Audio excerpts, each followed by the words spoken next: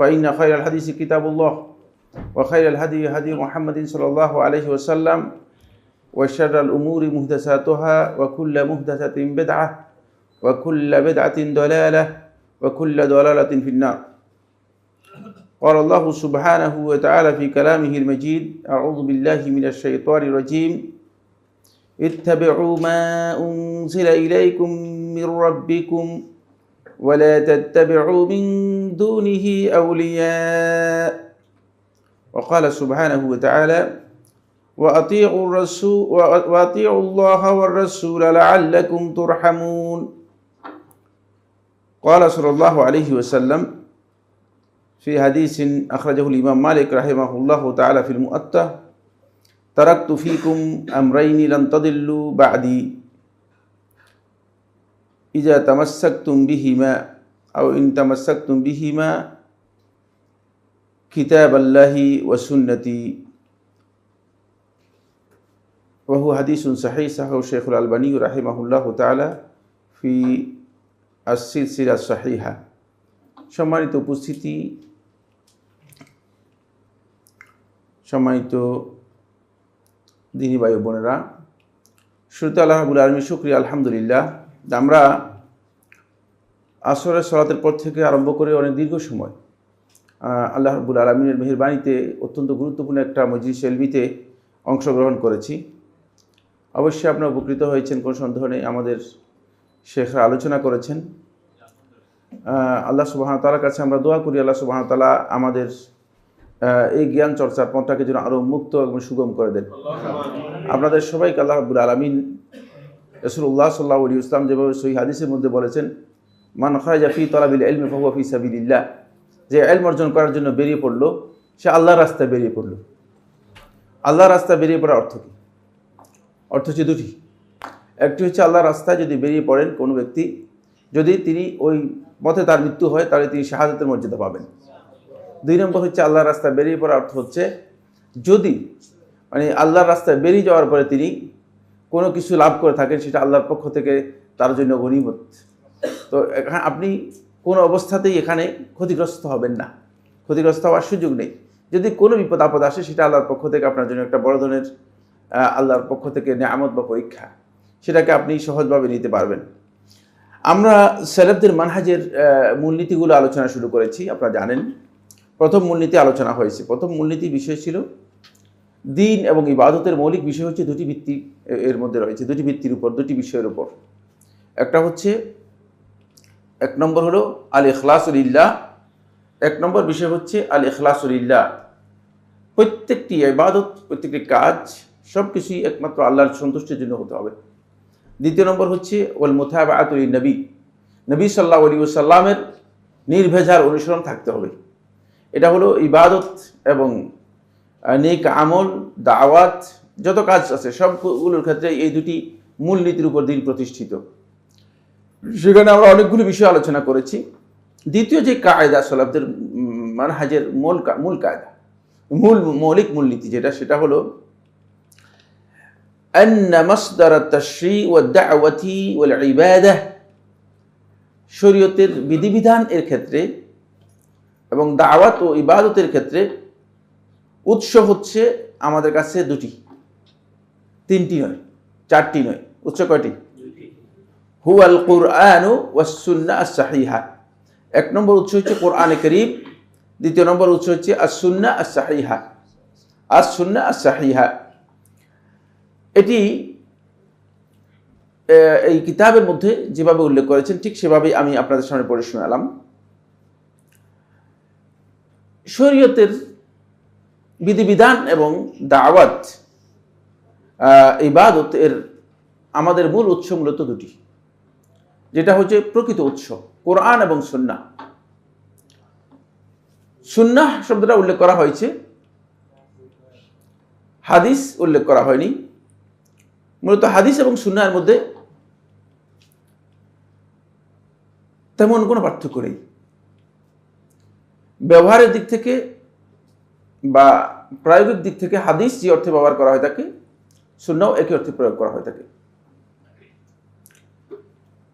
হাদিস কখনো কখনো ব্যাপক অর্থ দিয়ে থাকে, আবার কখনো কখনো সুনির্দিষ্ট একটা প্রয়োগে রয়েছে। হাদিসের ব্যাপক অর্থ হচ্ছে হাদিস সকল প্রকার কথাকে অন্তর্ভুক্ত করে, সকল প্রকার কথাকে অন্তর্ভুক্ত করে। সেখানে আল্লাহর কথাও হাদিস, রাসূলের কথাও কি হাদিস, আর আপনি আমি আমার কথাও কি হাদিস। না না হবে কেন? হ্যাঁ হবে, হ্যাঁ না হবে না, হ্যাঁ হবে। তো কমন বলতে না, কমন অর্থে হাদিস সবটাই হাদিস। আপনি আমি যত কথা বলি ওগুলি কি হাদিস, সবটাই হাদিস। এটা হাদিস কমন প্রয়োগ, কমন প্রয়োগ হাদিসের। হাদিস শব্দকে যখন কমন প্রয়োগ করা হয়ে থাকে তখন হাদিসটা মানে সকল প্রকার কথাকে অন্তর্ভুক্ত করে, সকল প্রকার কথা, সব কথাকে কি করবে? অন্তর্ভুক্ত করবে। এই অর্থে হাদিস ব্যাপক, এই অর্থে হাদিস কি ব্যাপক। কোরআন এবং সুন্নাহ দুটাকে অন্তর্ভুক্ত করে। কোরআনও হাদিস, আবার সুন্নাহও কি হাদিস। পারিভাষিক অর্থে হাদিসের আরেকটি প্রয়োগ রয়েছে। হাদিসের কি রয়েছে? আরেকটি প্রয়োগ পারিভাষিক অর্থে রয়েছে। পারিভাষিক অর্থে হাদিসের আরেকটি প্রয়োগ হচ্ছে মারুবি আলী নবী সাল্লাল্লাহু আলাইহি ওয়াসাল্লাম মিন আকওয়ালিহি, নবী সাল্লাল্লাহু আলাইহি ওয়াসাল্লামের কাছ থেকে তার যে কথাগুলো বর্ণিত হয়েছে সেগুলোকে হাদিস বলা হয় থাকে। এটা হচ্ছে পারিবারিক দিক থেকে হাদিসের খুবই ন্যারো সংজ্ঞা, প্রয়োগ। শুধুমাত্র কথার বিষয়গুলোকে কেউ কেউ হাদিস বুঝিয়ে থাকেন, কিন্তু জুমহুর আহলুল হাদিস এবং ফকিগণ হাদিসের যে সংজ্ঞা দিয়েছেন সেই সংজ্ঞা এমন নয়। যদিও হাদিস বলতে কমন, আমরা সমস্ত কথাকে বুঝি, কিন্তু বিশেষ প্রয়োগ করা হয়ে থাকে হাদিসটাকে একটা রাসূল সাল্লাল্লাহু আলাইহি ওয়াসাল্লামের কথার উপর। রাসূলের কথা বলতে হাদিসকে বোঝায়, কিন্তু হাদিসের পরিভাষায় জুমহুর ফকিগণ হাদিসের পরিভাষায় বলেছেন আরেকটু ব্যাপক। সেটা হলো মা উসিরা আর রাসূলিল্লাহ সাল্লাল্লাহু আলাইহি ওয়াসাল্লাম, অথবা মা উসিদা ইলা রাসূলিল্লাহ সাল্লাল্লাহু আলাইহি ওয়াসাল্লাম মিন আকওয়ালিহি ওয়া আমালিহি ওয়া তাকরিরাতিহি। নবী সাল্লাল্লাহু আলাইহি ওয়াসাল্লামের যত কথা, যত কাজ এবং নবী সাল্লাল্লাহু আলাইহি ওয়াসাল্লামের যত বিষয় নবী সাল্লাল্লাহু আলাইহি ওয়াসাল্লামের সামনে করা হয়েছে, নবী সাল্লাল্লাহু আলাইহি ওয়াসাল্লাম সমর্থন করেছেন, এই সবটাকেই মূলত হাদিস বলা হয়ে থাকে। এই সবটাকে কি বলা হয়ে থাকে? হাদিস বলা হয়ে থাকে। এই সংজ্ঞাটি জুমহুর আহলে হাদিস উল্লেখ করেছেন। বাকি আহলে হাদিসদের মধ্যে একদল আহলে হাদিস এটাকে আরো ব্যাপক করেছেন, আরো ব্যাপক অর্থে প্রয়োগ করেছেন হাদিসকে, যেটি মিজানুল আখবারের মধ্যে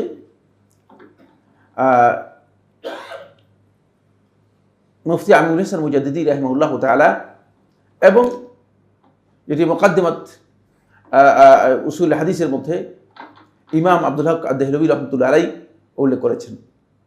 সেখানে হাদিসকে আরো ব্যাপক অর্থে ব্যবহার করা হয়েছে, হাদিসকে আরো ব্যাপক অর্থে ব্যবহার করা হয়েছে। রাসূল সাল্লাল্লাহু আলাইহি ওয়াসাল্লামের কথা, কাজ এবং সমর্থন, আবার সাহাবায়ে কেরামদের কথা, কাজ এবং সমর্থন, সাহাবীদের পরবর্তী তাবিঈদের কথা, কাজ এবং সমর্থন, যেগুলো কোরআন এবং হাদিসের উপর ভিত্তি করে সাহাবায়ে কেরামগণ বলেছেন, এগুলো সবটাই হাদিস। তারা ব্যাপকভাবে এগুলো সবটাকে কি করেছেন? হাদিসের মধ্যে অন্তর্ভুক্ত করেছেন। তবে রাসূল সাল্লাল্লাহু আলাইহি ওয়াসাল্লামের হাদিস যেগুলো সরাসরি রাসূলুল্লাহ সাল্লাল্লাহু আলাইহি ওয়াসাল্লামের কাছ থেকে আমাদের কাছে এসেছে, সেগুলোকে বলা হয় থাকে মারফু। মারফু মানে যেগুলো একেবারে সনদ রাসূল সাল্লাল্লাহু আলাইহি ওয়াসাল্লাম পর্যন্ত পৌঁছেছে। আর যেগুলো রাসূলুল্লাহ সাল্লাল্লাহু আলাইহি ওয়াসাল্লাম পর্যন্ত পৌঁছে নাই, সেগুলো বলা হয় থাকে মানে হয়তো সাহাবী পর্যন্ত পৌঁছেছে আর উপরে যায়নি, সাহাবী পর্যন্ত পৌঁছেছে আর যায়নি, এটাকে বলা হয় থাকে মাওকুফ। এটি মাওকুফ বর্ণনা। আর যেগুলো এর পরবর্তী যুগের অন্যদের বর্ণনার মধ্যে এসেছে সেগুলো মাকতু, সেগুলো সরাসরি আমরা বলতে পারবো না আদৌ কি রাসূল সাল্লাল্লাহু আলাইহি ওয়াসাল্লামের কাছ থেকে শুনেছে না সাহাবীদের কাছ থেকে শুনেছে। মনে করেন একজন তাবী বলে দিল যে আমি এই ধরন করতে দেখেছি, অথবা এই ধরন মানে বলে শুনেছি। এখন তাবীর এই বক্তব্য আমাদের কাছে ইসলামের মৌলিক জ্ঞানের জন্য একটা হুজ্জত। কেন হুজ্জত? তার কারণ হচ্ছে তারা তাবীরা কোরআন নাজিল হওয়া এবং আল্লাহ রাসূল সাল্লাল্লাহু আলাইহি ওয়াসাল্লামের সময় আর সাহাবীদের সময় কাছাকাছি সময় ছিলেন। বুঝতে পেরেছেন কিনা? একেবারে কাছাকাছি সময় ছিলেন। কারণ যেই সময় ইসলামের বিকৃতি ঘটে নাই, ইসলামের মধ্যে কি হয়ে যায় নাই, বড় ধরনের বিকৃতি আসে নাই, এই সময় কি করেছেন? অবস্থান করেছেন। সুতরাং তাদের এই বক্তব্য যদি আমরা সরাসরি কোনো এর বিপক্ষে না পাই, সরাসরি কোনো দলিল এর বিপক্ষে না পাই, তাহলে তাদের এই বক্তব্য আমাদের কাছে হুজ্জত দলিল। কারণ আমাদের গবেষণার চেয়ে তিনি যে কথাটা বলছেন যে সাহাবায়ে কেরামদেরকে পেয়েছি অথবা আমাদের কাছে বর্ণিত হয়েছে, তাহলে তার এই কথা আমাদের কাছে শক্তিশালী, কারণ দ্বীনের ব্যাপারে বলতেছেন। আর আমরা এটা দৃঢ়তার সাথে মনে করি যে যারা ইসলামের উত্তম অনুসারী, যারা এই আল কুরুনুল মুফাদ্দালা, ইসলামের প্রথম 3 যুগে যারা ছিলেন, তারা দ্বীনের ব্যাপারে খেয়ানত করবেন, দ্বীনের ব্যাপারে মিথ্যা বর্ণনা করবেন, মিথ্যা চালিয়ে দিবেন, এই বিষয়গুলো খুবই অকল্পনীয় তখনকার সময়। যাদের ব্যাপারে বলছি তাদের ব্যাপারে একেবারেই অকল্পনীয়, তাদের ব্যাপারে অকল্পনীয়। এই জন্য একদল আহলে হাদিস মূলত একেবারেই তাবেই পর্যন্ত তাদের বক্তব্যকে, তাদের যে কথা রয়েছে এই কথাকে কি করেছেন, তারা হাদিসের মধ্যে অন্তর্ভুক্ত করেছেন। যদিও হাদিসের মৌলিক পরিভাষা যেটি, সেটা হচ্ছে নবী সাল্লাল্লাহু আলাইহি ওয়াসাল্লামের বক্তব্য, নবী সাল্লাল্লাহু আলাইহি ওয়াসাল্লামের বক্তব্য, জি ওকে, জি ঠিক আছে, নবী সাল্লাল্লাহু আলাইহি ওয়াসাল্লামের বক্তব্য, নবী সাল্লাল্লাহু আলাইহি ওয়াসাল্লামের কথা, নবী সাল্লাল্লাহু আলাইহি ওয়াসাল্লামের কাজ, নবী সাল্লাল্লাহু আলাইহি ওয়াসাল্লামের সমর্থন, এই সবটাকে কি বলা হয়ে থাকে, হাদিস বলা হয়ে থাকে। এটা হলো হাদিসের প্রায়োগিক অর্থ। এটা আমরা হাদিস সম্পর্কে কথা বললাম। এরপরে আমরা যে বিষয়টি আলোচনা করব সেটা হচ্ছে সুন্নাহ সম্পর্কে। সুন্নাহ এক অর্থে খুব ব্যাপক সুন্নাহের প্রয়োগ রয়েছে। যখন সুন্নাহ বলতে মূলত সকল প্রকার রীতিনীতিকে বুঝায়, সকল প্রকার রীতিনীতিকে বুঝায়, যেগুলো সিস্টেম, পদ্ধতি, এটা বোঝানোর জন্য সুন্নাহ শব্দটা ব্যাপক ব্যবহৃত হয়েছে। এই প্রয়োগে সুন্নাহ অনেক ব্যাপক জিনিসকে বোঝায়, সকল প্রকার রীতিনীতিকে অন্তর্ভুক্ত করে। সুন্নাহ আল্লাহ তাআলার সুন্নাত রয়েছে, সুন্নাতুল্লাহিল্লাতী কাদ খালাত মিন ক্বাবলু, আল্লাহ তাআলার সুন্নাত যেটা তোমাদের আগে কি করেছে, অতিক্রম করে গিয়েছে। ওয়ালান তাজিদা লিসুন্নাতিল্লাহি তাবদীলা, আল্লাহর সুন্নাতের মধ্যে কোনো পরিবর্তন পাবেন না। কাদ খালাত সুন্নাতুল আউয়ালিন, এটা সুন্নত পূর্ববর্তীদের সুন্নতকে বোঝায়, সুন্নত নবী এবং রাসূল থেকে সুন্নতকে বোঝায়। এমন কি বলেছেন, সুন্নাতা মান কাদ আরসালনা মিন ক্বাবলিকা, দেখেছেন আপনার পূর্ববর্তী যে নবী এবং রাসূলদেরকে প্রেরণ করেছে তাদের সুন্নাত।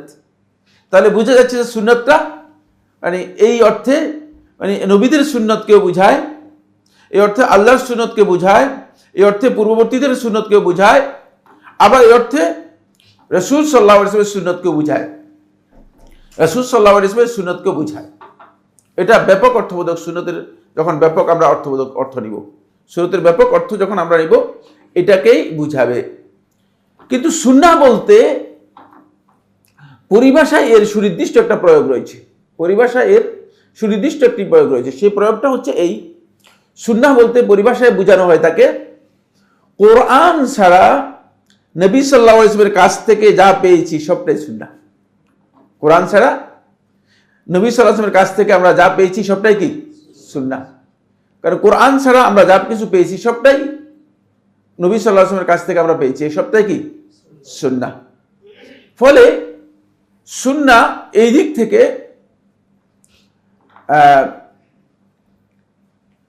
যদি হাদিসকে শুধুমাত্র রাসূলুল্লাহ সাল্লাল্লাহু আলাইহি ওয়াসাল্লাম বক্তব্যের মধ্যে সীমাবদ্ধ করা হয়, তাহলে এই দিক থেকে হাদিসটা হচ্ছে একটা সীমাবদ্ধ। আর সুন্নাহ যেহেতু নবী সাল্লাল্লাহু আলাইহি ওয়াসাল্লামের কাছ থেকে কোরআন ছাড়া যা কিছু পেয়েছি, এই দিক থেকে সুন্নাহ হচ্ছে কি অনেক ব্যাপক। মানে এই দিক থেকে যদি পর্যালোচনা করেন, তাহলে একদিক থেকে সুন্নাহ ব্যাপক অর্থ বহন করে, হাদিস কি একটা সুনির্দিষ্ট খাস বিশেষ অর্থ বহন করে থাকে, নির্দিষ্ট অর্থ বহন করে থাকে। আরেক দিক থেকে সুন্নাহ একটা নির্দিষ্ট অর্থ বহন করে থাকে, হাদিস কমন অর্থ বহন করে থাকে। সুন্নাহ নির্দিষ্ট অর্থটা হচ্ছে এই, সুন্নাহ হচ্ছে হিয়া তরিকাতুল মাসলুকা আল্লাতী সালাকা বিহা রাসূলুল্লাহ সাল্লাল্লাহু আলাইহি ওয়াসাল্লাম, এটি ওই অনুসৃত রাস্তা যে রাস্তা রাসূলুল্লাহ সাল্লাল্লাহু আলাইহি ওয়াসাল্লাম অনুসরণ নিজেই করেছেন, নিজেই যে রাস্তায় নবী সাল্লাল্লাহু আলাইহি ওয়াসাল্লাম চলেছেন। অর্থাৎ নবী সাল্লাল্লাহু আলাইহি ওয়াসাল্লামের কৃত যত আমল রয়েছে, যেগুলো নবী সাল্লাল্লাহু আলাইহি ওয়াসাল্লাম করেছেন, এই সবটাকেই মূলত সুন্নাহ বলা হয় থাকে। এই সবটাকে কি বলা হয় থাকে? সুন্নাহ বলা হয় থাকে। এই অর্থে সুন্নাহ অনেক কনফাইন্ড, অনেক সীমাবদ্ধ, অনেক লিমিটেড। কিসের থেকে? অনেক হাদিস থেকে। কারণ হাদিস রাসূলুল্লাহ সাল্লাল্লাহু আলাইহি ওয়াসাল্লামের সমস্ত কথাকে অন্তর্ভুক্ত করে, রাসূল সাল্লাল্লাহু আলাইহি ওয়াসাল্লামের কিছু কথা আছে যেগুলো সুন্নাহ নয়। যেমন কে বলতে পারেন? যেমন রাসূলুল্লাহ সাল্লাল্লাহু আলাইহি ওয়াসাল্লামের আখিরাতের ব্যাপারে যত বক্তব্য দিয়েছেন সেগুলো কোনটাই রাসূল সাল্লাল্লাহু আলাইহি ওয়াসাল্লাম আমলের মাধ্যমে, এগুলো বক্তব্যের মাধ্যমে বক্তব্য দিয়েছেন। জান্নাত জাহান্নামের যত বিবরণ দিয়েছেন এগুলো সব বক্তব্য, এগুলো কাউল। নবী সাল্লাল্লাহু আলাইহি ওয়াসাল্লাম পূর্ববর্তীতে যত কথা বর্ণনা করেছেন এগুলো সব কাউল। নবী সাল্লাল্লাহু আলাইহি ওয়াসাল্লাম মানে তার ব্যক্তিগত বিষয় যেগুলো বর্ণনা করেছেন এগুলো সব কাউল, এগুলো সব কথা, এগুলো সুন্নাহ নয়। কারণ এগুলো আমলের মাধ্যমে নবী সাল্লাল্লাহু আলাইহি ওয়াসাল্লাম প্রমাণ করেননি। এটা নবী সাল্লাল্লাহু আলাইহি ওয়াসাল্লাম আমলের মাধ্যমে কি করবেন না? প্রমাণ পাবেন না। নবী সাল্লাল্লাহু আলাইহি ওয়াসাল্লাম আমলের মাধ্যমে এগুলো প্রমাণ পাবেন না। কিন্তু সুন্নাহ হচ্ছে যেগুলো নবী সাল্লাল্লাহু আলাইহি ওয়াসাল্লাম নিজেই করেছেন, যেটা অনুসৃত পথ নবী সাল্লাল্লাহু আলাইহি ওয়াসাল্লাম করে দেখিয়েছেন, সেগুলো হচ্ছে সুন্নাহ। এই অর্থে সুন্নাহটা হচ্ছে মানে একটা ন্যারো অর্থ, একটা সুনির্দিষ্ট অর্থ, আর হাদিসটা হচ্ছে কি একটা কমন বা ব্যাপক অর্থবোধক। হাদিসটা হচ্ছে ব্যাপক অর্থবোধক। আসুন তারপরে আসেন যে বিষয়টি, সেটা হলো যদি আমরা হাদিসকে মনে করে থাকি যে শুধুমাত্র আল্লাহ রাসূলের কথা, আর সুন্নাহকে যদি আমরা মনে করে থাকি যে সুন্নাহ রাসূলুল্লাহ সাল্লাল্লাহু আলাইহি ওয়াসাল্লামের কাছ থেকে যা কিছু পাওয়া গেছে কোরআন ছাড়া, এই অর্থে যদি প্রয়োগ করে থাকি, তাহলে এই অর্থে সুন্নাহ হচ্ছে ব্যাপক, আর হাদিস হচ্ছে এই অর্থে কি? হাদিস হচ্ছে সীমাবদ্ধ নির্দিষ্ট অর্থ বহন করে। ফলে আহলুল ইলমের মধ্যে, আলেমদের মধ্যে সুন্নাহ এবং হাদিসের মধ্যে আদৌ কি কোনো পার্থক্য আছে কিনা, আদৌ কি সুন্নাহ এবং হাদিস একটা আরেকটির সাথে সাংঘর্ষিক কিনা, এই বিষয় নিয়ে একটা প্রশ্ন উত্থাপিত হয়েছে। এক নম্বর কথা হচ্ছে আহলুল হাদিস যাদেরকে বলা হয় মুহাদ্দিসিন, হাদিস বিশারদ যারা আছেন, তাদের কাছে সুন্নাহ এবং হাদিসের মধ্যে কোনো পার্থক্য নেই, না প্রায়োগিক দিক থেকে না পারিভাষিক দিক থেকে, কোনো দিক থেকে এই সামান্যতম কোনো পার্থক্য নেই। যেখানে সুন্নাহ উল্লেখ করা হয়েছে সেখানে হাদিস বোঝানো হয়েছে, যেখানে হাদিস উল্লেখ করা হয়েছে সেটা সুন্নাহকে বোঝানো হয়েছে। ঠিক একই বক্তব্য যারা আহলুল উসুলবিদ আছেন যারা, তাদেরও, যারা উসুলের অনুসারী, তারাও বলেছেন যে সুন্নাহ এবং হাদিসের মধ্যে কোনো পার্থক্য নেই। সুন্নাহ এবং হাদিসের মধ্যে কি নেই? কোনো পার্থক্য নেই। কারণ হচ্ছে সুন্নাহ হচ্ছে হাদিস দিয়ে সুন্নাহকে বোঝানো হয় থাকে, আর সুন্নাহ দিয়ে হাদিসকে বোঝানো হয় থাকে, দুইয়ের মধ্যে কোনো ধরনের পার্থক্য নেই। কিন্তু ফকিহদের মধ্যে, যেহেতু ফকিহগণ সুন্নাহের পরিভাষাকে পরিবর্তন করেছেন, সুন্নাহের পরিবর্তন কি করেছেন? পরিভাষা পরিবর্তন করেছেন। সুন্নাহর একটা ন্যারো পরিভাষা কি করেছেন? গ্রহণ করেছেন। কিভাবে ন্যারো পরিভাষা গ্রহণ করেছেন? খুব ভালো করে খেয়াল করুন। যদি আমি বলি যে মিসওয়াক করা সুন্নাহ, তাহলে আপনি কি মনে করবেন? সুন্নাহ বলতে মানে রাসূল সাল্লাল্লাহু আলাইহি ওয়াসাল্লামের হাদিস, এটা বুঝবেন? হ্যাঁ, বুঝবেন যে এটা রাসূলুল্লাহ সাল্লাল্লাহু আলাইহি ওয়াসাল্লাম না, সওয়াবের কাজ। আপনি এটা বুঝবেন সুন্নাহ বলতে এটা সওয়াবের কাজ। সুন্নাহ বলতে এটাও বুঝবেন না যে রাসূল সাল্লাল্লাহু আলাইহি ওয়াসাল্লাম করেছেন, রাসূল করেছেন হাদিস দ্বারা প্রমাণিত। কিন্তু সুন্নাহ বলতে আপনি যেটা বুঝবেন সেটা হচ্ছে এটা সওয়াবের কাজ। অর্থ কি? সুন্নাহের পরিভাষা হচ্ছে ফকিহদের কাছে কি? খুব ভালো করে খেয়াল করুন। বলছে যে মা ইউসাবু ফাইলুহু ওয়ালা ইউআকাবু তারিকুহু, যে কাজটা করবে সওয়াব পাবে, আর যে করবে না সে কোনোভাবেই তিরস্কৃত হবে না। সওয়াব থেকে বঞ্চিত হবে না, কিন্তু কি হবে না? তিরস্কার করা হবে না। এটা হচ্ছে সুন্নাহ। এই সংজ্ঞা কে দিয়েছে? ফকিহগণ দিয়েছেন। ফকিহদের কাছে যখন সুন্নাহ বলবেন, তাহলে ফকিহরা বুঝবে যে সুন্নাহ বলতে এটাকে বোঝায়। সুন্নাহ বলতে কি? এটাকে বোঝায়। যেমন ফকিহগণ সুন্নাত বলেছেন, এরকম একটা জিনিসের উদাহরণ দিন। এমন যেটা আমরা আগে যে উদাহরণ দিয়েছি মিসওয়াক ছাড়া আরেকটা উদাহরণ দেন। ফকিহগণ সুন্নাত বলেছে, এরকম একটা সুন্নাতের উদাহরণ দেন না। টুপি পরা এটা সুন্নাত ফকিহগণকেও বলেন নেই, একটা মিথ্যা কথা। আর কোনো? হ্যাঁ, পানি পান করা, বা মানে অত দূরে না গিয়ে ডান হাতে পানি পান করা, ডান হাতে পান করা অথবা ডান হাতে খাওয়া, ডান হাতে পান করা এবং খাওয়া। যদিও ডান হাতে খাওয়ার ব্যাপারে আলেমদের ইখতিলাফ রয়েছে, বিশুদ্ধ বক্তব্য হচ্ছে সুন্নাহ। কিন্তু কখনো কখনো সুন্নাহ এই মাসালার মধ্যে একটা পেস লেগে গেছে, সেটা হচ্ছে এই, কখনো কখনো সুন্নাহ এর যখন নিষেধাজ্ঞা আসে সুন্নাহের বিপরীতে, তখন সেটা সুন্নাহ হলেও ওই নিষেধাজ্ঞার কারণে কাজটা যদি করা হয় থাকে তাহলে গুনাহগার হবে। যেমন ডান হাতে পান করতে বলা হয়, সেটা হচ্ছে সুন্নাহ। এটাকে আহলুল ইলম কেউ ওয়াজিব বলেন নাই, যদি একটু ইখতিলাফ রয়েছে, কেউ ওয়াজিব বলেছিল, তবে সেই ইখতিলাফ খুব দুর্বল। বাকি যেহেতু নবী সাল্লাল্লাহু আলাইহি ওয়াসাল্লাম বলেছেন যে বাম হাতে খাবে না, কারণ বাম হাতে শয়তানে খায়, তাহলে বাম হাতে খাওয়াটা হারাম। বুঝতে পেরেছেন? বুঝতে পেরেছেন? এটা জটিল হয়ে গেছে, কারণ এখানে আরেকটা নস এসে কি করছে, এই সুন্নাতকে জাম করে দিয়েছে, টাইট করে দিয়েছে, শক্ত করে দিয়েছে। এই সুন্নাত এখন মানে যদিও পাওয়ারের দিক থেকে সুন্নাত হয়, কিন্তু এর উল্টা করলে কি ক্ষতি হয়ে যাবে। এরকম আরেকটার উদাহরণ দিতে পারবেন কিনা? পারবেন না? সুন্নাত সম্পর্কে জানেন না, বেদাত সম্পর্কে জানেন না। মাথার মধ্যে গিলি হয়তো কমল যাবে না। সুন্নাহ হচ্ছে যেমন তাহিয়াতুল মসজিদ পড়া, তাহিয়াতুল মসজিদ পড়া, এটা একই পর্যায়ে। তাহিয়াতুল মসজিদ পড়া সুন্নাহ বিল ইজমা। আহলুল ইলম বলেছেন সুন্নাহ, কেউ সুন্নাত মুআক্কাদা বলেছেন এটা। কিন্তু মসজিদে তাহিয়াতুল মসজিদ না পড়ে বসা গুনাহ, যেহেতু হাদিসের মধ্যে বসতে নিষেধ করা হয়েছে। কথা বুঝতে পেরেছেন? এই সুন্নাত যদি কেউ না পড়ে বসে মসজিদের মধ্যে, তাহলে তার গুনাহ হবে, যেহেতু রাসূলুল্লাহ সাল্লাল্লাহু আলাইহি ওয়াসাল্লাম স্পষ্ট করে নিষেধ করে দিয়েছেন, ওয়ালা তাজলিস হাত্তা ইউসাল্লি রাকাতাইন, দুই রাকাত না পড়ে যে সেজন্য না বসে। সুতরাং একেবারেই নিষেধ। এই কারণে এই সুন্নাহ হলেও আর এই সুন্নাহের যে ফকিহর সংজ্ঞা দিয়েছেন, সেই সংজ্ঞা এখানে কি হবে না, কার্যকরী হবে না। খুব ভালো করে খেয়াল করুন।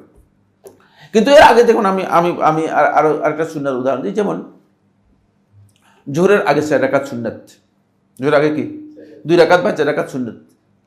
এই সুন্নাহ, এটা সুন্নাহ, কোনো সুন্দর নেই। এটা কি করলে সওয়াব হবে, আর না করলে কি হবে, গুনাহ হবে কিনা? গুনাহ হবে না, গুনাহ হবে না। এটা হচ্ছে মূল সুন্নত। এই সুন্নতের পরিভাষাটা কে দিয়েছে? এই সুন্নতের পরিভাষা দিয়েছে কারা? ফকিহগণ এই সুন্নতের পরিভাষা দিয়েছেন। কারা দিয়েছেন? ফকিহগণ এই সুন্নতের পরিভাষা দিয়েছেন।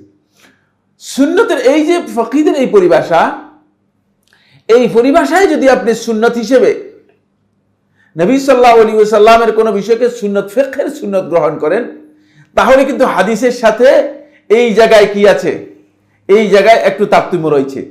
ফকিহদের কাছে কি রয়েছে? তারতম্য রয়েছে। এবার আসেন, ফকিহ ছাড়া আরেকটা গ্রুপ আছে। এরা হচ্ছে যারা উসুলুল ইতিকাদ, আকীদার মৌলিক বিষয়গুলো সম্পর্কে উসুলুদ্দীনের যারা জ্ঞানী, উলামা উসুলুদ্দীনের জ্ঞানী যারা রয়েছে, তাদের কাছে সুন্নাত আরেকটি অর্থ বহন করে থাকে। তাদের কাছে সুন্নতের অর্থ হচ্ছে দ্বীনের মূল নীতি যেটা, সেটা হচ্ছে সুন্নাত। বুঝতে পেরেছেন? সেই সুন্নাত যদি আপনি মানে তরক করেন, তাহলে আপনি দিন থেকেই বেরিয়ে যাবেন। দিন থেকে কি হয়ে যাবেন? দিন থেকেই বেরিয়ে যাবেন, দিনের মধ্যেই থাকবেন না। সেই সুন্নাত যদি আপনি তরক করেন, তাহলে দিন থেকে বেরিয়ে যাবেন। নবী সাল্লাল্লাহু আলাইহি ওয়াসাল্লাম এই ব্যাপারে সতর্ক করেছেন। এবার দেখেন, আমরা হাদিসে যাই। ফকিহগণ যে সংজ্ঞা দিয়েছেন যে করলে সওয়াব, না করলে কি গুনাহ নাই, এটা হচ্ছে কি ফকিহদের সংজ্ঞা। কিসের সংজ্ঞা? সুন্নাতের সংজ্ঞা। কিসের সংজ্ঞা? সুন্নাতের সংজ্ঞা। এবার আসলে নবী সাল্লাল্লাহু আলাইহি ওয়াসাল্লাম কি বলতেছে? নবী সাল্লাল্লাহু আলাইহি ওয়াসাল্লাম বলছেন, আন-নিকাহু মিন সুন্নতি ফামান রাগিবা আন সুন্নতি ফালাইসা মিন্নি। সহিহ বুখারী হাদিস। বিয়ে হচ্ছে আমার সুন্নত, আর যে আমার সুন্নত থেকে মুখ ফিরিয়ে নেবে, সে আমার দলভুক্ত হতে পারবে না। তাহলে ফকিহদের এই বক্তব্যের সাথে এই সুন্নতের মিল আছে কিনা? এটা সহিহ হাদিস। কিন্তু এটা কি তৈরি করা কোনো হাদিস নাকি? এটা সহিহ হাদিস। আব্দুল্লাহ ইবনে মাসউদ রাদিয়াল্লাহু আনহু করেন, লাউ তারাকতুম সুন্নাত নাবিয়্যিকুম লা দালালতুম, যদি তোমরা তোমাদের নবীর সুন্নতকে ত্যাগ করো, সুন্নত বর্জন করো, লা দালালতুম, তোমরা পথভ্রষ্ট, বিভ্রান্ত হয়ে যাবে। ওয়া ফি রিওয়ায়াতিন, অন্য রিওয়ায়াতের মধ্যে লা কাফারতুম, তোমরা কাফের হয়ে যাবে।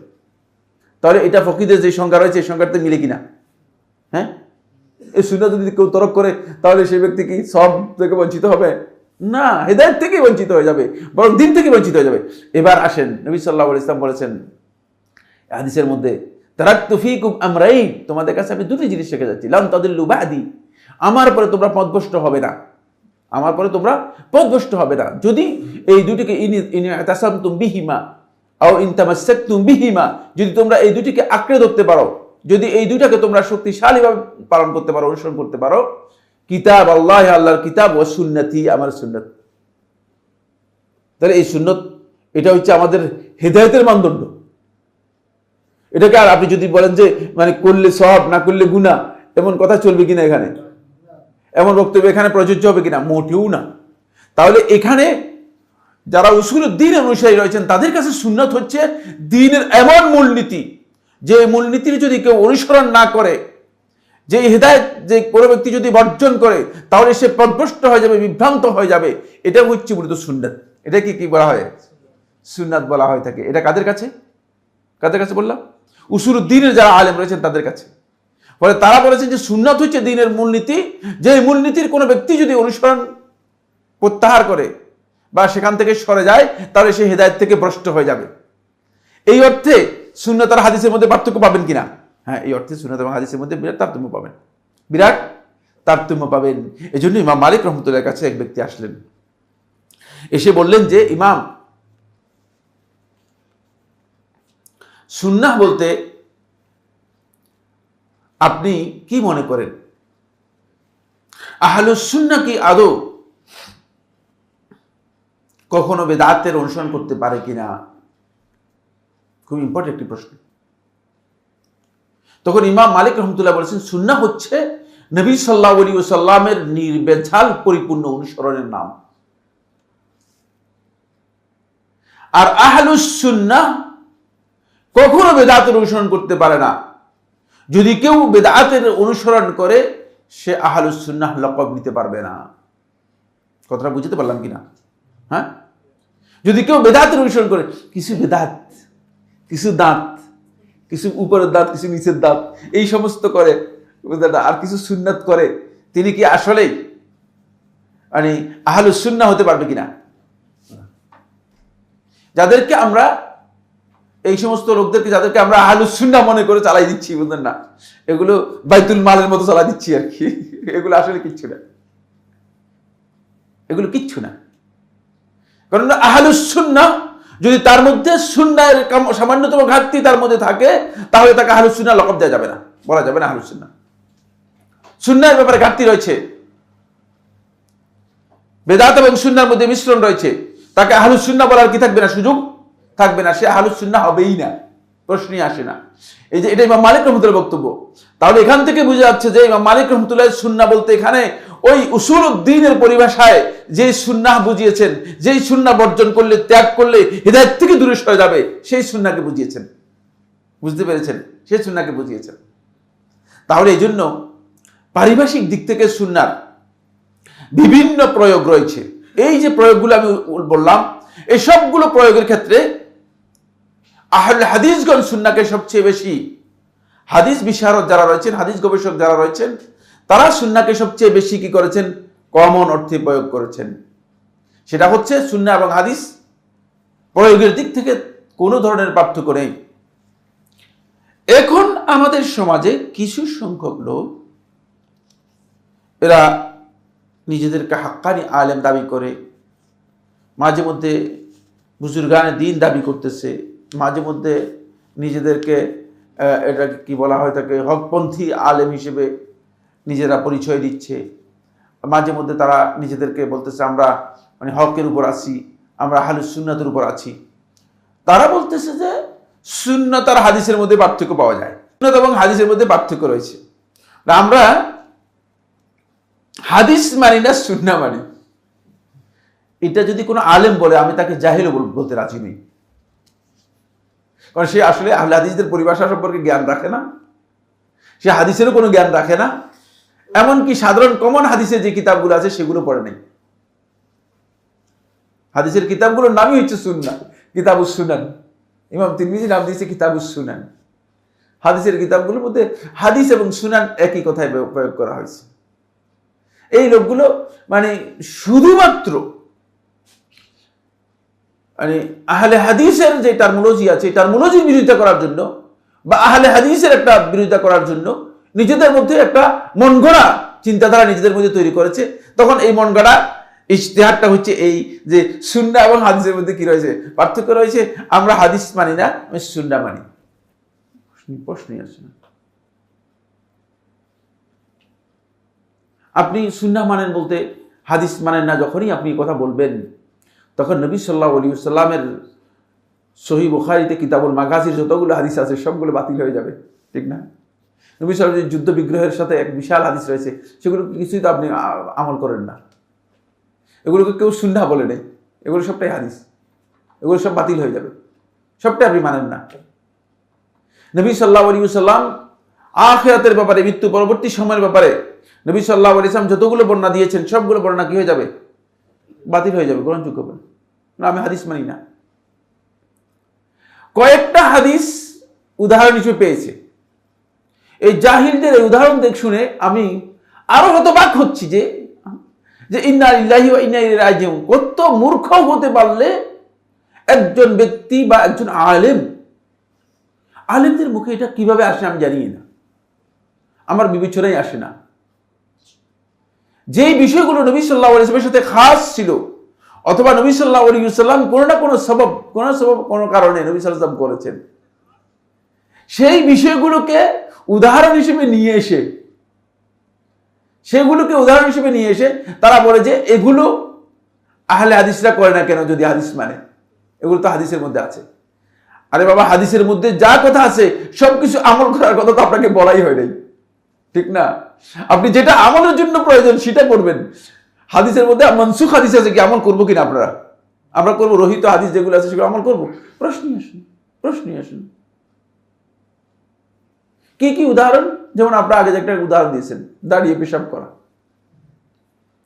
তারপর বলছে নবী সাল্লাল্লাহু আলাইহি ওয়াসাল্লাম দাঁড়িয়ে পেশাব করেছে, এখন আহলে হাদিসরা দাঁড়িয়ে পেশাব করে না কেন? একটা জাহিলের কত বড় জাহিল হলে সম্ভব। কিন্তু ওই দাঁড়িয়ে পেশাবের ওই হাদিসটা দেখো, হাদিসের মধ্যেই কথা আছে যে কেন নবী সাল্লাল্লাহু আলাইহি ওয়াসাল্লাম দাঁড়িয়ে পেশাব করেছেন। আতা সুবাতাতা কওমিন ফাবালা কাইমান। তুমিও সুবাতাতা কওমে যাও, ডাস্টবিন যেখানে আছে সেখানে যাও, তখন যদি তোমার পেশাব করার মতো জায়গা না থাকে, তুমি দাঁড়িয়ে পেশাব করতে কোনো অসুবিধা নেই, যেহেতু এটা নবী সাল্লাল্লাহু আলাইহি ওয়াসাল্লাম ওসর বর্ণনা করে দিয়েছেন, হাদিসের মধ্যেই বক্তব্য রয়েছে। তো জাহিল লোকগুলো সাধারণ মানুষদেরকে হাইকোর্ট দেখানোর জন্য এই ধরনের পদ্ধতি অনুসরণ করছে। নবী সাল্লাল্লাহু আলাইহি ওয়াসাল্লাম 11টি বিয়ে করেছেন, বলে আহলে হাদিসরা 11টি বিয়ে করে না কেন? এই জাহিলদেরকে কি বলবেন? হ্যাঁ, কি বলবেন এদেরকে? এগুলো নবী সাল্লাল্লাহু আলাইহি ওয়াসাল্লামের খাসাইস। নবী সাল্লাল্লাহু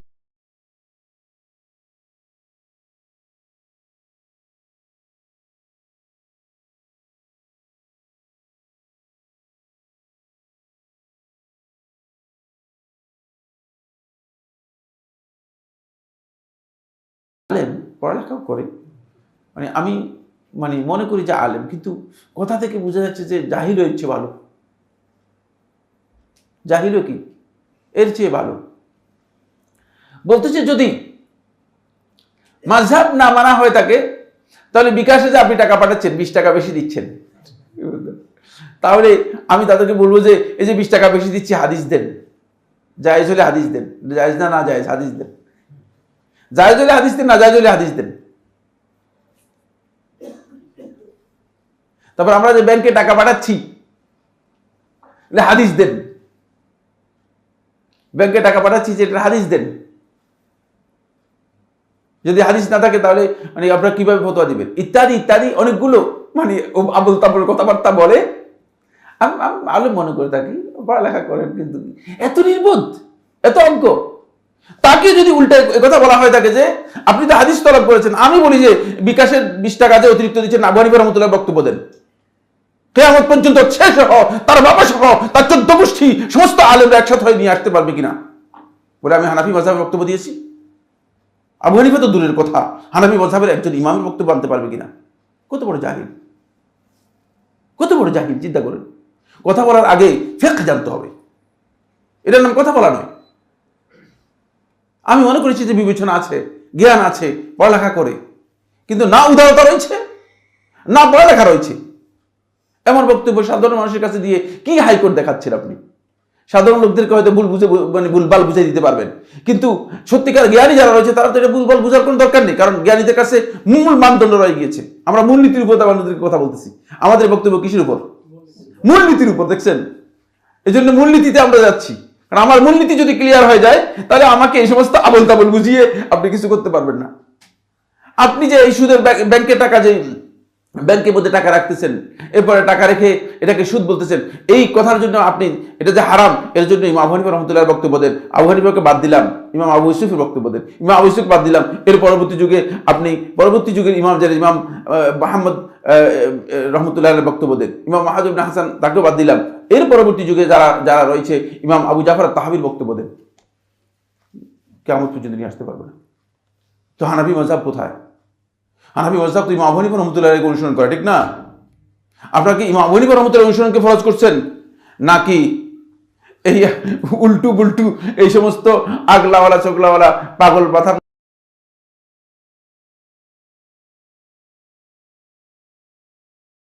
আগে সেটা নির্ধারণ করেন? যদি ইমাম আবু হানিফা রহমতুল্লাহকে ফরজ করে নির্ধারণ করেন, তাহলে ইমাম আবু হানিফা রহমতুল্লাহ থেকে ফতোয়া নিতে হবে। দেখেন, তার একটা কিতাব থেকে এটা দেখান, কেন জাহিলি কথাগুলো মানুষের কাছে বলতেছে? এদের মানহাজের জ্ঞান নেই, এদের মূলত মূল নীতি সম্পর্কে জানা নেই। মাজদারুত তালাক্কি নিয়ে আজকের আলোচ্য বিষয়। এতক্ষণ যত কথাগুলো বিষয়ে আমরা ঢুকতে পারিনি, বুঝতে পেরেছেন কিনা? মূল আলোচ্য বিষয় অনেক লম্বা। এতক্ষণ যে কথাগুলো বলছি এগুলো হচ্ছে আলোচ্য বিষয়ের ভূমিকা হিসেবে কথাগুলো আসছে। আপনি যখন বুঝবেন যে সুন্নাহ এবং হাদিসের ব্যাপারে কোন ব্যক্তি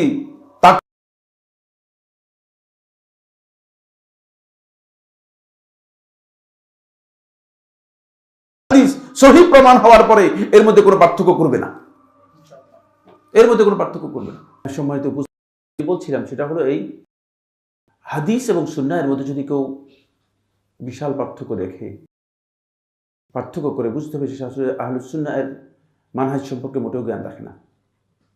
কারণ এই দুইয়ের মধ্যে ব্যবহার, প্রায়োগিক এমনকি পারিভাষিক দিক থেকেও আহলে হাদিসগণ কোনো পার্থক্য করেন নেই।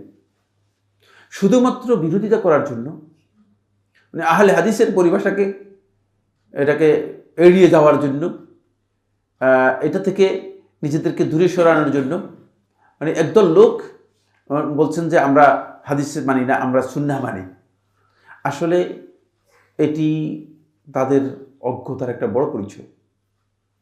সুন্নাহ এবং হাদিসের এই বিস্তারিত আলোচনা এই জন্য করলাম, যেহেতু এটাই আমাদের আজকের মূল বিষয়। সেটা হলো দ্বীনের আমাদের কাছে কতগুলো বিষয় আছে। এক নম্বর বিষয় হচ্ছে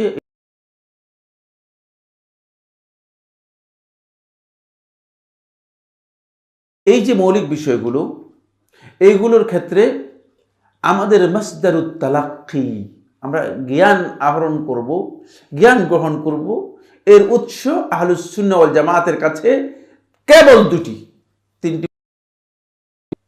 একটা হচ্ছে কোরআন, আরেকটি হচ্ছে হাফিজাহুল্লাহ তাআলা তিনি আস-সুন্নাহ সাহিহা বলেছেন।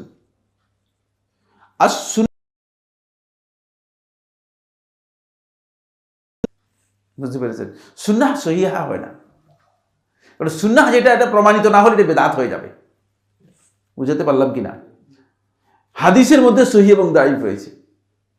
বুঝেন বিষয়গুলো, খুবই সূক্ষ্ম সূক্ষ্ম কথা বলতেছি।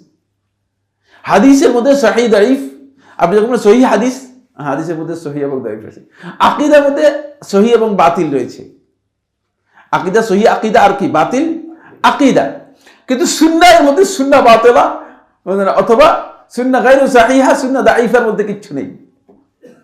সুন্নাহটা হচ্ছে মানে সহিহা বলার কোনো সুযোগ নেই। সুন্নাহ যদি নবী সাল্লাল্লাহু আলাইহি ওয়াসাল্লামকে প্রমাণিত না হয়ে থাকে সে বেদাত হবে, কারণ সুন্নাহের বিপরীত কি? বেদাত। সুতরাং এই বেদাত বিপরীত শব্দ থাকার কারণে সুন্নাহের মধ্যে সহিহ আর দাঈফ বের করার সুযোগ, সহিহ আর বাতিলের সুযোগ নেই। কথাটা বুঝতে পেরেছি কিনা?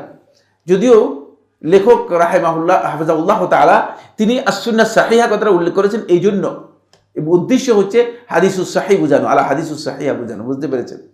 কারণ হলো সুন্নাহ দিয়ে এখানে হাদিসটাকে বোঝানো হচ্ছে কি তার উদ্দেশ্য।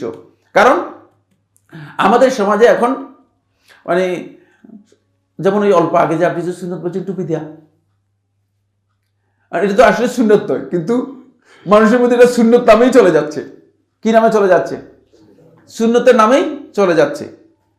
যেমন নবী সাল্লাল্লাহু আলাইহি ওয়াসাল্লাম পাগড়ি ব্যবহার করেছেন, কিন্তু এখন মসজিদের মধ্যে আপনি ইমাম সাহেবকে দেখবেন যে ইমাম সাহেব মসজিদের মধ্যে পাগড়ি মানে মসজিদের মিম্বরের মধ্যে রাখা আছে, যখন একামত দেয় তখন ইমাম সাহেব মসজিদের মধ্যে পাগড়ি দেন।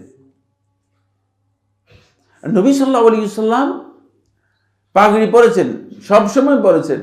নবী সাল্লাল্লাহু আলাইহি ওয়াসাল্লাম শুধুমাত্র ইমামতি করার জন্য মিম্বরের মধ্যে পাগড়ি রেখে আসছেন, তারপরে ওখানে গিয়ে বসছেন আর ইমামতি করে খুলে ফেলছেন। এরকম বক্তব্য নবী সাল্লাল্লাহু আলাইহি ওয়াসাল্লামের কাছ থেকে কোথাও আসে নাই। সুতরাং এটা সুন্নাহ নয়, এটা এই কাজটা কি নয়? সুন্নাহ নয়। কারণ এখানে নবী সাল্লাল্লাহু আলাইহি ওয়াসাল্লাম অনুসরণ হয়নি। নবী সাল্লাল্লাহু আলাইহি ওয়াসাল্লাম অনুসরণ হচ্ছে যিনি পাগড়ি পরবেন তিনি সবসময় কি করবেন? পাগড়ি পরবেন, তিনি পাগড়ি পরবেন। এটা হচ্ছে নবী সাল্লাল্লাহু আলাইহি ওয়াসাল্লাম অনুসরণ। এখন আপনি কোন পদ্ধতির অনুসরণ আবিষ্কার করছেন? শুধু ইমামতির সময় পাগড়ি মানে লাগাচ্ছেন, আবার কি করতেছেন? পাগড়ি খুলে নেন। এরপরে মিথ্যা কয়েকটা হাদিস আছে, এখানে মিথ্যা কয়েকটা হাদিস রয়েছে, প্রশ্ন না, মিথ্যা কয়েকটা হাদিসও রয়েছে। সেই মিথ্যা হাদিসগুলোর একটা হাদিস হচ্ছে, যদি পাগড়ি পরে এক ওয়াক্ত সালাত আদায় করে থাকেন তাহলে 70 গুণ সওয়াব বেশি পেয়ে যাবেন। নাউজুবিল্লাহ। আগে হাদিস পড়লে মানুষ বলতে আলহামদুলিল্লাহ তো সুবহানাল্লাহ, এখন এই সমস্ত হাদিস পড়ে শুনে আমরা বলতে হচ্ছে নাউজুবিল্লাহ। মানে এমন মিথ্যুকরা এমন ক্ষতি আমাদের করে দিয়েছে, বুঝতে পেরেছেন? হাদিসের নামে জাল জালিয়াতি করে দিয়েছে। তো আমি যেটা বলতেছিলাম সেটা হলো, এই জন্য তিনি সুন্নাহ সহিহার কথা উল্লেখ করেছেন, কারণ সুন্নাহর মধ্যে বিকৃতি এসে গিয়েছে। বিকৃতিটা সুন্নাহর লেবাসের মধ্যে নিয়ে আসছে। সুন্নাহর যেই স্বরূপ আছে, স্বরূপের মধ্যে এই বিকৃতিটা নিয়ে এসেছে। আসুন এখানে আমরা যাব প্রথমে যেটা, সেটা হলো আহলুস সুন্নাত ওয়াল জামাতের কাছে মাসদারুত তালাক্কি, মানে আমরা ইবাদত এবং জ্ঞান এবং দাওয়াতের মূল নীতি, মূল বিষয়গুলো যদি আমরা জানতে চাই, এর জন্য আমাদের উৎস হচ্ছে দুটি, কোরআন এবং সুন্নাহ। এর বাইরে কোনো উৎস নেই। কোরআন এবং সুন্নাহর বাইরে কি নেই? কোনো উৎস নেই। এখন একদল লোক এসে বলবে যে কোরআন এবং সুন্নাহর বাইরে তো উৎস আছে, একটা হচ্ছে ইজমা, একটা হচ্ছে কিয়াস। তাহলে আপনি যে মূলনীতির কথা বলতেছেন, মূলনীতির মধ্যে ভুল আছে। একটা হচ্ছে ইজমা, একটা হচ্ছে কি কিয়াস। এই যে বক্তব্য ইজমা এবং কিয়াস এর ব্যাপারে, যারা বলতেছে যে ইজমা এবং কিয়াস আছে, মানে এটা মূলত মূল উৎস নয়। ইজমা এবং কিয়াস যারা অনুসরণ করেছেন তারা কিন্তু ইজমা এবং কিয়াসের ব্যাপারে তাদের বক্তব্য হচ্ছে, ইজমা কখনো যদি কোরআনের বক্তব্য অথবা হাদিসের বক্তব্যের বিপক্ষে কোনো ইজমা হয়, দুনিয়ার কোনো ইজমা গ্রহণযোগ্য হবে? প্রশ্নই আসে না, প্রশ্নই আসে না, প্রশ্নই আসে না। যদি ইজমা হয়ে যায়, মানে আমরা এই যুগের যে সমস্ত আলেমরা আছি, বুঝলেন না, ব্যাংকে তো কোটি কোটি টাকা, ব্যাংকওয়ালারা যদি আমাদেরকে সবাইকে 1 কোটি 1 কোটি করে দিয়ে দেয়, আমার 1 কোটি দিলে হয়তো বার করে ফেলতে পারবে, আল্লাহ মাফ করুক। আর অন্যদের 1 কোটিও লাগবে না, আমার মনে 1 লাখ 1 লাখ করে দিলেই হয়ে যাবে। বাকি যে ইমান তাদের দেখতেছি আর কি, যে ইমান নিয়ে এখন আমরা ঘুরতেছি আর চলতেছি, এদের ইমান দেখে যা বুঝে যাচ্ছে, বুঝলেন না।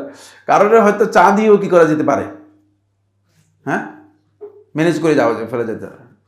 তো সবাই যদি আমরা আলেমরা একসাথে হয়ে যাই, এরপরে ব্যাংকের টাকা খেয়ে সবাই ব্যাংকের, এগুলো কিচ্ছু সুদ না, এগুলো হালাল আপনাদের জন্য। হারাম হয়ে হালাল হয়ে যাবে কিনা? কেমন পর্যন্ত হালাল হবে? ইজমা এখানে এই অর্থ বুঝায় না। যারা ইজমাকে দলিল হিসেবে দিয়েছেন তারা কিন্তু ইজমা বলতে এগুলো বুঝান নাই, এটা ভুল কথা। ইজমা মূলত কোরআন এবং হাদিসের কোন বক্তব্যের ব্যাপারে প্রথম যুগে যখনই দ্ব্যর্থবোধক প্রয়োগ দেখা গিয়েছে, কোন একটি সুনির্দিষ্ট অর্থে সেটাকে নির্ধারণ করে নিয়েছেন সাহাবায়ে কেরামগণ, এবং সাহাবায়ে কেরামগণ দ্বিমত পোষণ করে, সেটা হচ্ছে ইজমা। আর এটা কোরআন এবং হাদিসের মধ্যেই অন্তর্ভুক্ত, কোরআন হাদিসের বাইরে নয়। বুঝতে পেরেছেন? এটা কোরআন এবং হাদিসের একটি অংশ। এটা ভালো করে বুঝতে হবে আমাদেরকে। যেমন আপনি খুব ভালো করে খেয়াল করুন, আল্লাহ সুবহানাহু ওয়া তাআলা কোরআনের মধ্যে বলেছেন, ওয়ালা তাকুল লাহুমা উফফিন ওয়ালা তানহারহুমা ওয়া কুল লাহুমা কাওলান কারীমা, যে মা বাপকে উফ বলবে না। মা বাপ এমন কথা বলবে না যে কথার কারণে মা বাপ কি করতে পারে, উফ করতে পারে। এমন কথা বলা মা বাপকে হারাম। মা বাপের সাথে এমন কথা আচরণ করতে পারবেন না।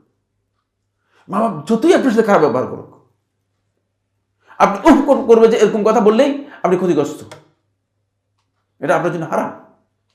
এখান থেকে সমস্ত আহলুত তাফসীর, সমস্ত উলামায়ে কেরাম একটা বিষয় ইজমা উল্লেখ করেছেন, সেটা হচ্ছে যে মা বাপকে প্রহার করতে পারবেন না, মারতে পারবেন না। কারণ যেখানে উফ করতে নিষেধ করছে সেখানে মারার কি প্রশ্ন আছে কিনা? আর আপনি যদি এসে বলেন যে না, কোরআন তো বলছে যে উফ করতে নিষেধ করছে, আমি উফ করতে পারে যে এরকম করবো না, উফ আগেই মেরে ফেলবো, এটা হচ্ছে শয়তানের অর্থ আর শয়তানের ব্যাখ্যা। বুঝতে পেরেছেন? এটা হচ্ছে ইজমা। বুঝতে পেরেছেন? এটা কোরআনের মধ্যেই, কোরআনের সাথে, কোরআনের বক্তব্যের সাথে সম্পৃক্ত।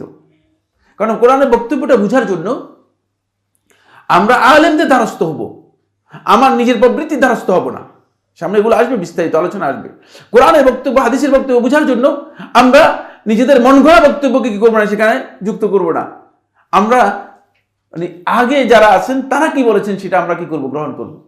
সেটা গ্রহণ করতে গিয়ে যদি দেখি যে আপনি দেখতেছেন যে 1300 বছর পর্যন্ত একটা মাসআলায় সমস্ত আলেমরা একমত হয়েছেন, সমস্ত আলেমরা এক কথা বলেছেন, 1300 বছর পরে এসে 1400 বছরের শেষের দিকে আপনার মতো আমার মতো একজন যদি বলে যে এই 1300 বছর পর্যন্ত যারা ছিল তারা পথভ্রষ্ট ছিল, আমি একটা নতুন ইজতিহাদ করলাম, চলবে কিনা? এটা জাহিলি বক্তব্য। এটা আমরা কখনো কি করি না, এগুলো জাহিলদের বক্তব্য, এর খেয়াল রাখবেন। ঠিক অনুরূপভাবে কিয়াস কখনো কোরআন হাদিস থেকে বিচ্ছিন্ন কোনো জিনিসের কিয়াস হতে পারবে না। নিজের মন গড়া কিয়াস করলে চলবে নাকি? কিয়াস হয়তো উদ্ঘাটিত হবে কোরআন থেকে, অথবা হাদিস থেকে, অথবা সাহাবা কেরামদের ইজমার উপর নির্ভর করে। এটি একেবারেই মানে কোরআন এবং হাদিসের সাথে সম্পৃক্ত। এই কারণে এই ইজমা এবং কিয়াস, এই দুটি উৎস যারা গ্রহণ করেছেন, তারা এটাকে মৌলিক উৎস হিসেবে গ্রহণ করেন নাই, এটাকে তারা সেকেন্ডারি উৎস, দ্বিতীয় পর্যায়ের উৎস হিসেবে কোরআন এবং হাদিসকে অনুসরণ করার জন্য, কোরআন এবং হাদিসকে পালন করার জন্য দ্বিতীয় প্রকার মানে সেকেন্ড পর্যায়ের যেই উৎস রয়েছে সেটা হচ্ছে ইজমা এবং কিয়াস। আর ইজমা এবং কিয়াস যদি সেকেন্ড পর্যায়ের এই উৎস না থাকে, তাহলে কোরআন এবং হাদিসকে আপনি কি করতে পারবেন না, প্রয়োগ করতে পারবেন না। কারণ আধুনিক বিভিন্ন মাসআলায় এটাকে প্রয়োগ করতে হলে আপনাকে কি করতে হবে? আপনাকে অবশ্যই ওই হাদিসের বক্তব্যের সাথে এটাকে মিলাতে হবে। কারণ হাদিসের মধ্যে আপনার নাম তো নেই, কোরআনের মধ্যে কি আপনার নাম আছে? হ্যাঁ, যেমন আমি আপনাকে বললাম যে ভাই আপনি কি, আপনি কি দাড়ি হলক করেন? বলছে হ্যাঁ হলক করি। তাহলে আপনি ফাসেক, আপনার সাক্ষী গ্রহণযোগ্য হবে না। এটা কি, এই কথাটা কি কোরআনের মধ্যে আছে? এই লোকটার এই কথা কোরআনের মধ্যে নেই। কোরআনের মধ্যে আল্লাহ তাআলা বলেছে যে ফাসেকের সাক্ষী গ্রহণ করতে পারবে না। দেখছেন? কিন্তু এখন আপনি যে প্রয়োগটা করেছেন, এই প্রয়োগটা কোরআনের মধ্যে উল্লেখ করা নেই, কিন্তু কোরআনের ওই প্রয়োগটাই মূলত এটাই হচ্ছে কিয়াস। বুঝতে পেরেছেন? এবং এটা আপনাকে বুঝতে হবে। এই বুঝটা আপনি নিতে পারবেন যখন আপনি ওই কোরআনকে প্রয়োগ করার বিষয়গুলো আপনার কাছে কি হবে, আপনার কাছে ক্লিয়ার হবে। এটা হচ্ছে সেকেন্ডারি পর্যায়ের বিষয়, এগুলো উৎস নয়, এগুলো হচ্ছে কোরআন এবং হাদিস এর মানে প্রয়োগ এবং বুঝার জন্য সহায়ক দুটি বিষয়।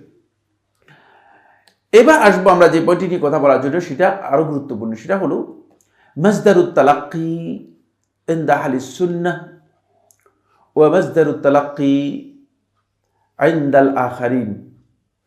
আহলুস সুন্নাহ এর কাছে মাসদারুত তালাক্কি, আমরা বলেছি আহলুস সুন্নাহ যারা আছেন তাদের কাছে মাসদারুত তালাক্কি, জ্ঞান অর্জন করার অথবা ইবাদত ও মৌলিক বিষয়গুলো জানার জন্য তাদের উৎস হচ্ছে দুটি, কোরআন এবং সুন্নাহ।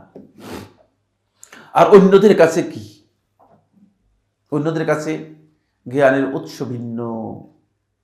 এই কারণেই মূলত এই ফিতনা আরো কি হয়েছে, ব্যাপক বিপর্যয়ের দিকে আমাদেরকে নিয়ে গেছে। কারণ আপনার উৎস যদি ঠিক না থাকে, তাহলে আপনার জিনিসটা কি হবে, হয়তো ভালো হবে অথবা ভালো হবে না। যেমন আমি উদাহরণ দিয়ে দেওয়ার জন্য এই কথা সব জায়গায় বলেছি, সব জায়গায় বলে থাকি, সেটা হলো এই, যেমন আমি পানি দরকার আমার, আমি এই পানি সমুদ্র থেকে নিতে পারি, এই পানি নদী থেকে নিতে পারি, আবার মানে পৌঁছে গেলে মানে নদীর মতো হয়ে গিয়েছে, এটা বুড়িগঙ্গা থেকে নিতে পারি। এটা নদী বলা যায় না, এটা কি, এটা ডাস্টবিনের পানি পানি আর কি, নর্দমা, বুঝতে পেরেছেন? তো বুড়িগঙ্গা থেকে নিতে পারি। আবার একেবারে মানে ড্রেন আছে না, ড্রেন যেটা মূল নর্দমা যেটা, সেখান থেকে পানি নিতে পারি। খুব ভালো করে খেয়াল করুন। আবার এই পানিটা আমি নলকূপ দিয়ে নিচের থেকেও নিতে পারি। আবার একেবারে গভীর নলকূপ দিয়ে আর্সেনিক মুক্ত 900 ফুট নিচের থেকে তারপরে এই পানিটা নিতে পারি। এই সবটাই তো পানি, ঠিক না? কিন্তু সবটার কোয়ালিটি বা মান এক কিনা, বুঝতে সহজ হয়ে গেছে। এখন আপনার জ্ঞানের উৎস যদি মানে নর্দমা হয়, বুড়িগঙ্গা হয়, তাহলে বুড়িগঙ্গার পানি যে অবস্থা, ঠিক জ্ঞানের উৎসটা কি হবে, অবস্থা সেটাই হবে। হ্যাঁ, মানে জ্ঞানের উৎসটা আপনার কোন জায়গায়। আপনার জ্ঞানের উৎসটা যদি সমুদ্রের মধ্যে হয়, তাহলে পানি পুরাটাই আপনার, যখনই দেখবেন যে কিরে, তখন বলবে যে পানি শুনছিলাম মিষ্টি মিষ্টি, কি লুনতা লুনতা কেন? আপনি তো আসলে বুঝেন না। আপনি হয়তো, আপনাকে মানুষ বলছে যে পানি মিষ্টি, ঠিকই আছে, কিন্তু পানিতে যান নাই তো আপনি। আপনার কাছে পানি, আপনাকে পানি যেটা দিয়েছে সেটা বুড়িগঙ্গা থেকে আনে নাই, সেটা আনছে সমুদ্র থেকে নিয়ে আসছে। আর যদি বুড়িগঙ্গা থেকে আনে, আরে কিরে পানিতে এত গন্ধ কেন, দুর্গন্ধ কেন? পানিতে পিপাসা মিটাবে, দুর্গন্ধ যুক্ত পানি। আপনার উৎস খেয়াল রাখতে হবে। এই জন্য প্রত্যেকটি ফিরকা আহলুস সুন্নাহ ওয়াল জামাতের বিপরীতে যারা গিয়েছে, সবাই নিজেদের জ্ঞানের উৎস কি করে নিয়েছে, পরিবর্তন করে নিয়েছে। ইনশাআল্লাহ তাআলা আমরা জ্ঞানের উৎস, অন্যান্য ফিরাক যারা রয়েছে, ফিরাক বাতিলা, তাদের জ্ঞানের উৎসগুলো নিয়ে আমরা আগামী দার্সে আলোচনা করব। আজকে আপনাদের আলোচনা লম্বা হয়ে গিয়েছে, আপনারা অনেকক্ষণ পর্যন্ত কষ্ট করে বসে আছেন, এই জন্য আপনাদেরকে অনেক অনেক মুবারকবাদ জানাচ্ছি। আমি যথাসময়ে উপস্থিত হতে একটু দেরি হয়েছে, তারপরেও আপনারা ধৈর্য ধরে খুব কষ্ট করে বসেছেন। আল্লাহ সুবহানাহু ওয়া তাআলা আপনাদেরকে এর জন্য উত্তম যা দান করুন।